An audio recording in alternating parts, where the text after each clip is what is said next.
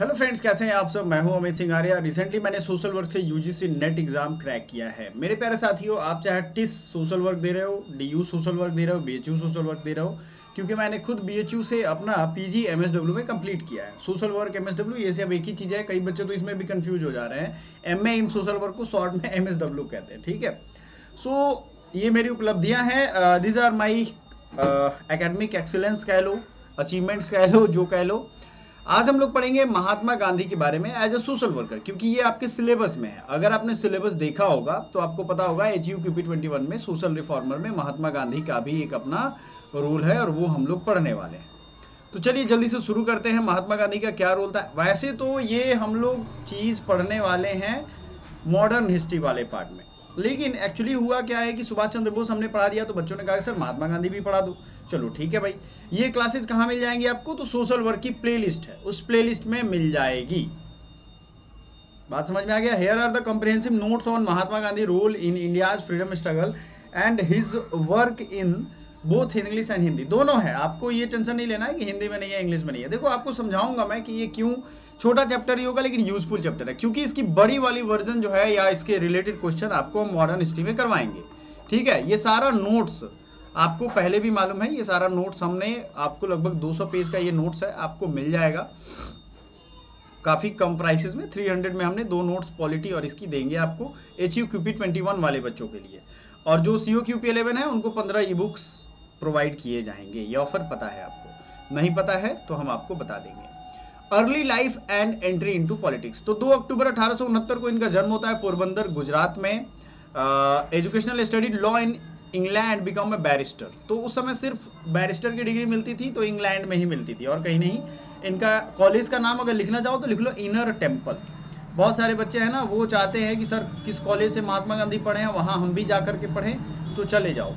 Inner temple से इन्होंने law की डिग्री ली थी। और देखो हमारा देश जब संविधान बना ना, सबसे बेस्ट हमने संविधान कॉन्स्टिट्यूशन अपना बना लिया।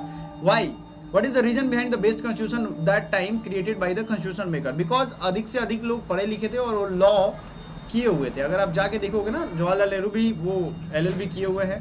तो लॉ करने का बहुत बेनिफिट है, ठीक है। आप ये चीज समझ जाओगे। देश बनाने वाले लोग हैं ये लोग, ठीक है ना। तो इन्होंने इंग्लैंड से पढ़ाई की थी। Experience in south Africa. South Africa में इनके अपने एक्सपीरियंस थे। Fought against racial discrimination. अगर आप मॉडर्न हिस्ट्री के जानकार हो, आपने पढ़ा होगा, तो आपको ये मालूम होगा कि वहाँ रेशियल डिस्क्रिमिनेशन, वहाँ जो इंडियन रेस के लोग थे, एशियन रेस के लोग, तो उनको एक गले में जैसे पट्टा पहनते हैं ना, वैसे पट्टा में रजिस्ट्रेशन कार्ड लेकर के घूमना पड़ता था। बहुत कुछ हुआ था वहाँ पे इंडियन रीति रिवाज से जो शादियाँ हुई थी उसको भी इलिजिटिमेट कर दिया गया, इलीगल घोषित कर दिया गया। अब मान लो शादी को इलीगल कर दिया जाए तो उससे जो जन्मे बच्चे हैं वो भी इलिजिटिमेट हो जाएंगे। तो ये बड़ी खतरनाक बातें हुई थी। उन्होंने लड़ा, वहाँ जेल भी गए। 1908 में पहला जेल टर्म था इनका। और दुनिया में कहीं भी जेल अगर सबसे पहले गए थे साउथ अफ्रीका में। इसीलिए अंग्रेज इनसे डरते थे कि जो आदमी यहाँ का है नहीं, वो दूसरे जगह जाकर के हमें हरा दिया। वो तो इंडिया उसका खुद का देश है, वो क्या यहाँ उसको हम हराएंगे। तो सत्याग्रह इन्होंने यहीं से शुरू किया। इनका क्लियर पॉलिसी था कि दुश्मन को हम मारपीट वायलेंस से नहीं जीत सकते हैं। इनकी फिलॉसफी को अगर आप समझेंगे, कभी मुंह से, आजकल के यूथ को मैं देखता हूँ गाली निकल जाती है गांधी जी के लिए। बड़ा मुझे दुख होता है यार कि थोड़ा पढ़ लो ना, ज़्यादा नहीं, 1-2 ही किताब इनकी पढ़ लो। ठीक है, हर आदमी में खामियां हैं, गलतियां हैं, मैं मानता हूँ। Nobody is perfect. आपके घर में ही आप जिसे अच्छा मानते हो उन्हीं का देख लो, क्या उनका परफेक्ट है? नहीं हो सकता है, पॉसिबल ही नहीं है कि सब कुछ उनमें ठीक हो। तो भाई आपको सबसे समझ में आना चाहिए कि आपका ये जो व्यवहार है वो पढ़ने के बाद हो तो ज़्यादा बढ़िया है। Lead protest against unjust laws like the Asiatic registration act. Return to India, join the Indian National Congress. पहले तो इंडियन नेशनल कांग्रेस की ज्वाइनिंग हुई। Worked under guidance of Gopal Krishna Gokhale. Gopal Krishna Gokhale इनके पॉलिटिकल मेंटोर हैं। तो who is the political mentor of Gandhi ji? तो ये है Gopal Krishna Gokhale. Travelled across India to understand the condition of common people. Common people के प्रॉब्लम को समझने के लिए ये पूरा इंडिया घूमे। की movements led by Gandhi ji. Champaran सत्याग्रह, 3 कठिया व्यवस्था, आपको मैं बता देता हूँ। 3/20 का सिस्टम था। 3/20 1917 में first satyagraha in India to place in Champaran. British forced farmers to grow indigo and sell at a very low price. Gandhi use non violence resistance forcing the British to abolish the exploitative system. ये आपको ध्यान रखना है, ठीक है। ये जो है चंपारण सत्याग्रह फर्स्ट सत्याग्रह है इंडिया का। क्लियर है ये चीज? British forced farmers to grow indigo and sell at very low price.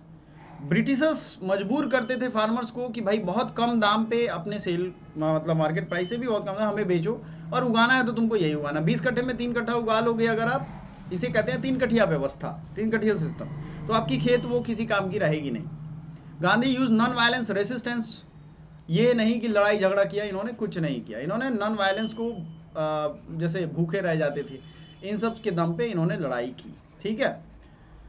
Exploitative system, Kheda Satyagraha 1918, support for farmers took place in Kheda Gujarat.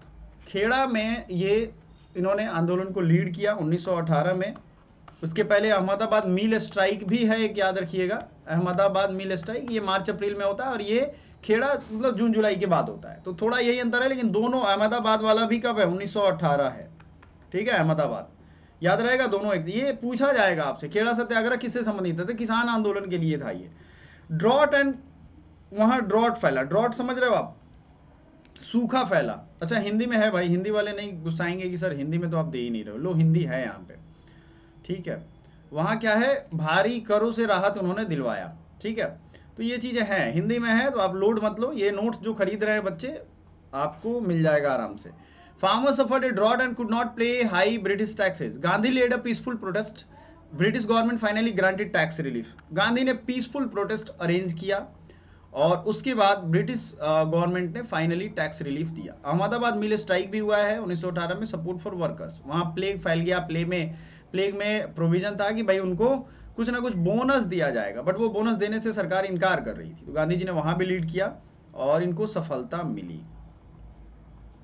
Non cooperation movement 1920 से 22, Jallianwala Bagh massacre, Gandhi called for boycott of British goods, schools and jobs, promoted khadi, hand spun cloth, ठीक है, हाथ से बुना हुआ खादी, ये नहीं कि मशीन से वाला।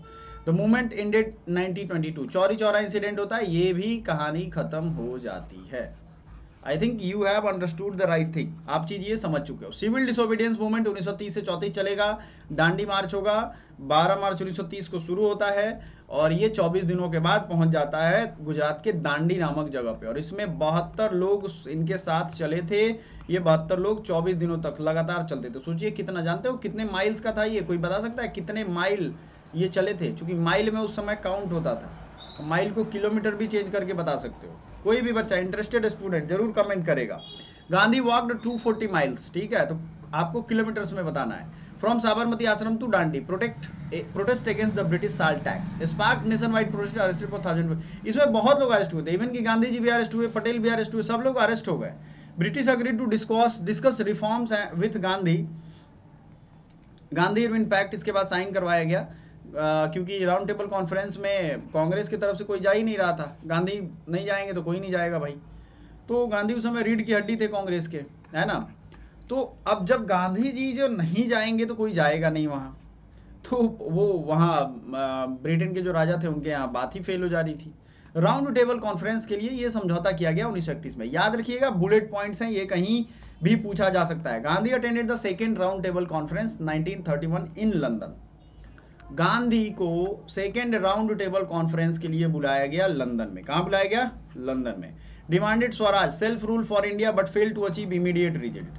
इनका डिमांड था कि भाई हमें स्वराज सेल्फ रूल दे दो, ठीक है, और उसके बाद हम जो क्या करेंगे, इस स्वराज सेल्फ रूल के बाद हम अपना शासन और उसकी व्यवस्था खुद कर लेंगे। सेकेंड राउंड टेबल कॉन्फ्रेंस 1931 में लंदन में हुआ।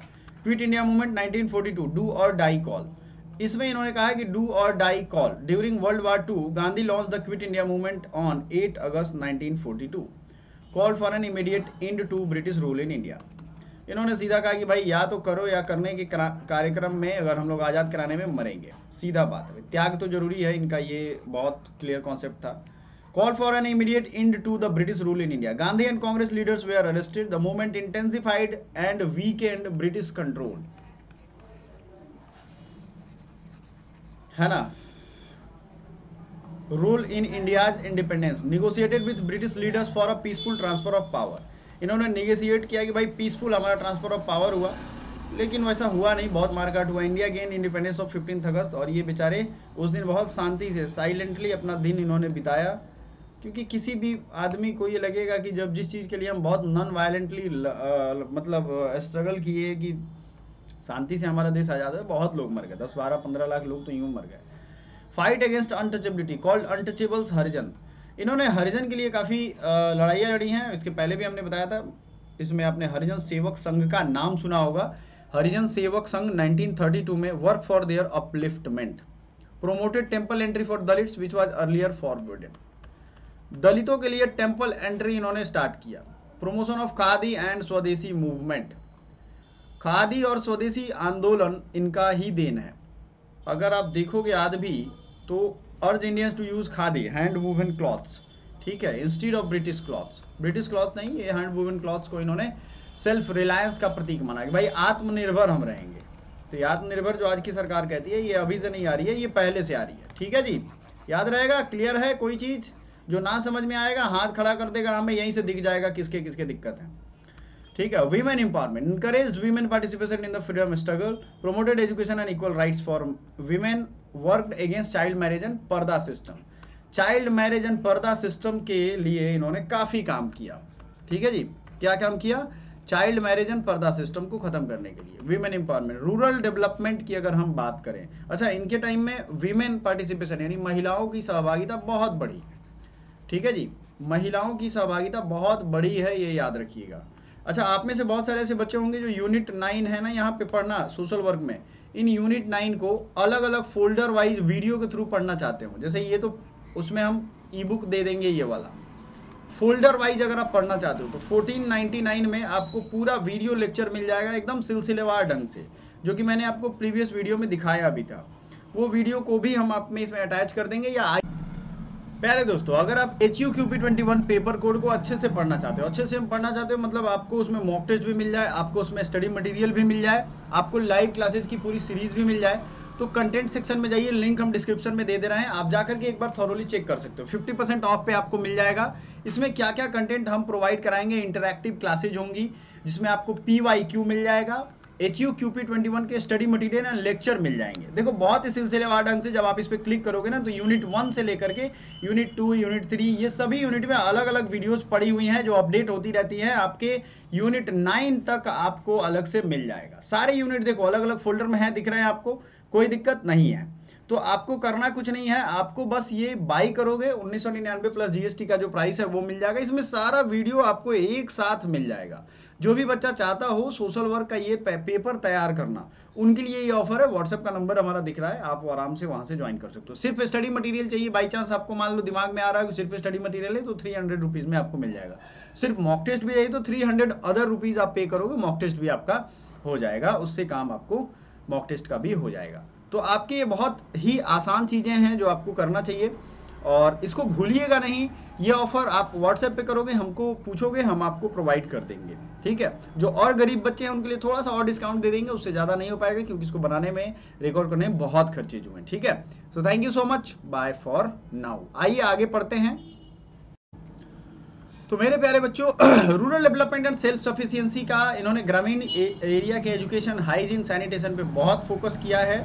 ठीक है, ये ध्यान रखिएगा, ग्रामीण एरिया के बहुत सारे फोकस एरिया को इन्होंने कवर किया है। जैसे सैनिटेशन, गांव में लोग बहुत ज़्यादा, अगर आप देखोगे तो सफाई को लेकर के बहुत, मतलब आपने अपने कोरोना में भी देखा होगा, गांव में बहुत नहीं फैल रहा था। कारण था उसका, क्योंकि भाई वहीं पे सफाई और डिस्टेंस मेंटेन था। बाकी जगह सब आप पूछोगे सर वहाँ तो कोई साबुन यूज ही नहीं करता है, लेकिन उनके पास जो भी चीज़ें हैं वो बहुत एंटीबैक्टीरियल यूज होता है, नीम के दातून से दातुन करते हैं। आप सोचो उस चीज़ को, ये चीज़ है। नई तालीम की इन्होंने, बेसिक एजुकेशन सिस्टम, बुनियादी शिक्षा जिसे कहते हैं, नई तालीम, आप NCERT पे भी देखोगे, इस नई तालीम में का शुरुआत इन्हीं को जाता है credit. Advocated simple living and minimal use of resources, communal harmony and peace efforts, worked for Hindu Muslim unity, opposed religious violence, undertook fast for communal harmony. आपको मालूम है ना, 1947 में जब भारत आज़ाद हुआ तो ये फास्ट पे थे कि भाई इतना, फिर नोआखली में गए, वहाँ भी फास्ट अनटू डेथ पे बैठ गए कि भाई इतना हिंसा ठीक नहीं है। तो हिंदू मुस्लिम दोनों संगठनों ने जो मारपीट कर रहे थे वो उन्होंने अपने अपने हथियार डाले। 30 जनवरी 1948 को कम्युनल हैट्रेड की वजह से नाथूराम गॉडसे ने इनको मार दिया। ठीक है, अब आप हमें बताइएगा कि गांधी जी के बारे में आपकी क्या राय है, जरूर बताइए। और इसके बाद और भी चीज़ें हैं जो हम एक एक करके कवर करेंगे। Thank you so much.